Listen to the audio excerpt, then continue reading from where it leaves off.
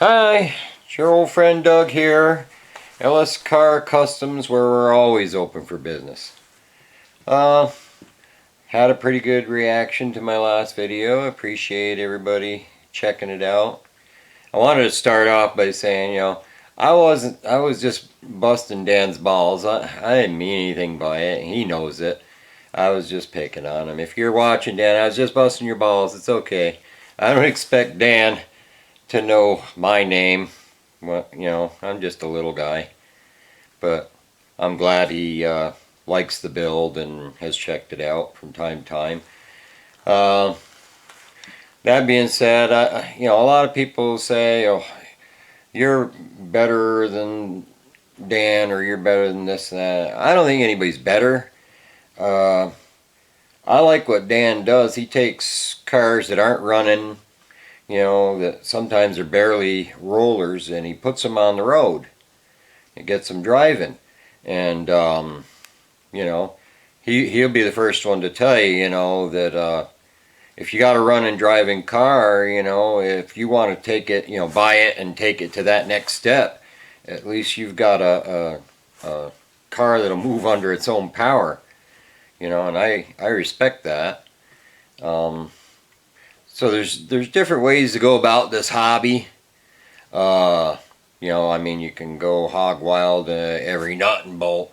I mean, I hear that there's some people out there that may be disparaging me because I don't use all fresh brand new panels, and I don't, you know, I cut corners or something like that. But what it is I'm a working class guy. If I had the money, to dump thousands and thousands of dollars in the thing, I would just buy one.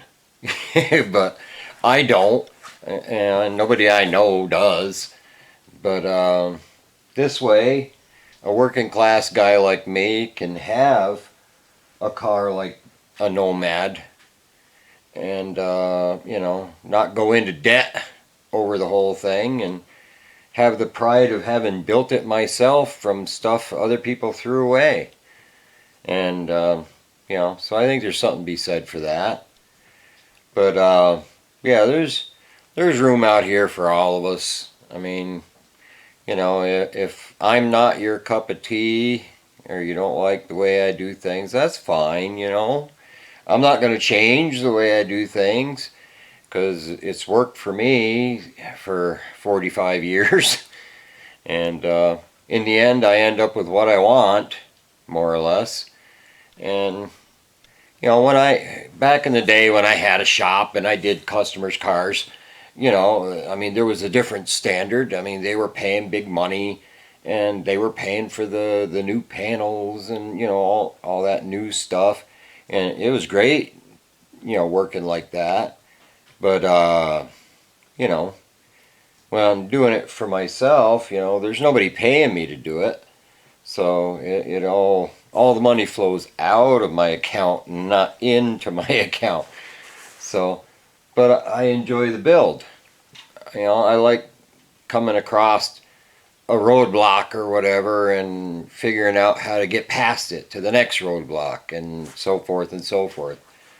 So with that, I'll show you what I'm working on right now. I ordered that brace, but they say the brace is for like the wagon and sedan delivery, and that the Nomad is like a specific brace. So the brace I got coming may not be exactly right, and I may have to modify it to work. This is obviously a wagon one, so I just threw this up on there to see how things would work. You see how it lines up with the steps there in the tailgate opening, and then the leg rests on the frame there, and it has the opening so you can get to your axle bolt and bushing there, or your leaf spring bolt and bushing. So that sort of gives me an idea what I'm shooting for. If it lines up the way it should, and it's lining up with the body mount location there. So that's encouraging. That means that apparently the body is about where it should be. And so I figured I'd do that for like mock-up purposes to see what I got to do there. And when that new brace comes, I'll figure out if I have to modify it a little bit. Because from what I hear, even the hinges themselves are different between a Nomad and a wagon. So it's like I couldn't even reuse these hinges because they're not the same. But we'll cross that bridge when we get there. So I figured I'd show you that, and I'll try to get a little more work done. Well, for those who like a sneak peek at the future, I can show you what I've done here. I've just lightly, and I mean lightly, tossed the floor in there just to get a glimpse of it. I mean, there's so much work to do, but you can see where it's going to rest on the braces back there once we have the brace for it. But the wheel wells on the Nomads, they go along this whole section and just start to wrap around the back, and they kind of curve down like that. So I'm going to make something to blend the wheel well into the two-door wheel well and try to make it look factory and seamless. But that'll help that out structurally. And you know, the same thing on the other side. We just got to bring it back to, you know, it closes in this big opening. You can see what's left of that one there, what it's going to do. It's going to close this opening down to the floor. So anyways, that gives you an idea of let me step back here and get a better view. I mean, I'm sure the lighting isn't great, but yeah,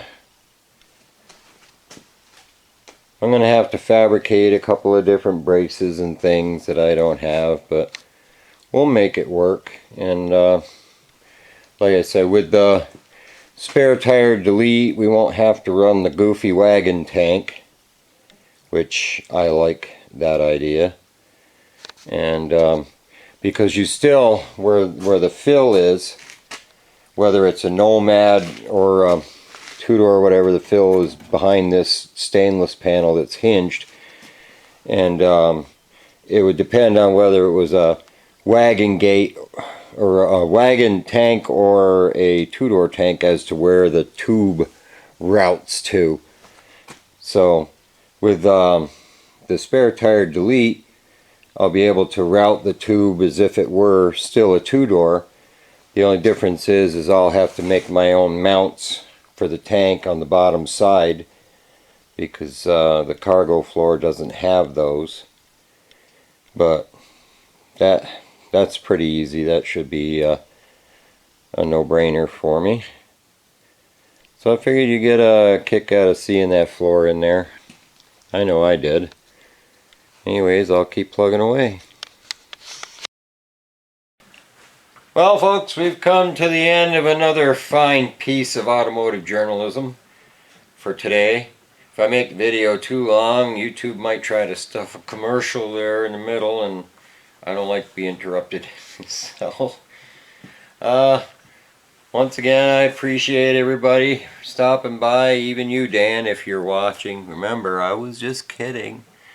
But, yeah, I'm blown away by the success the channel has had for such a little shop of horrors that we got going on here. And I'm glad people are okay with me just being myself, you know. I'm not too flashy. I don't have a radio voice. You know, I I just try to be me, and everybody seems to have accepted me for what I am, and I thank you for that. So with that, I'm going to let you go. Till next time, take care of each other. See ya.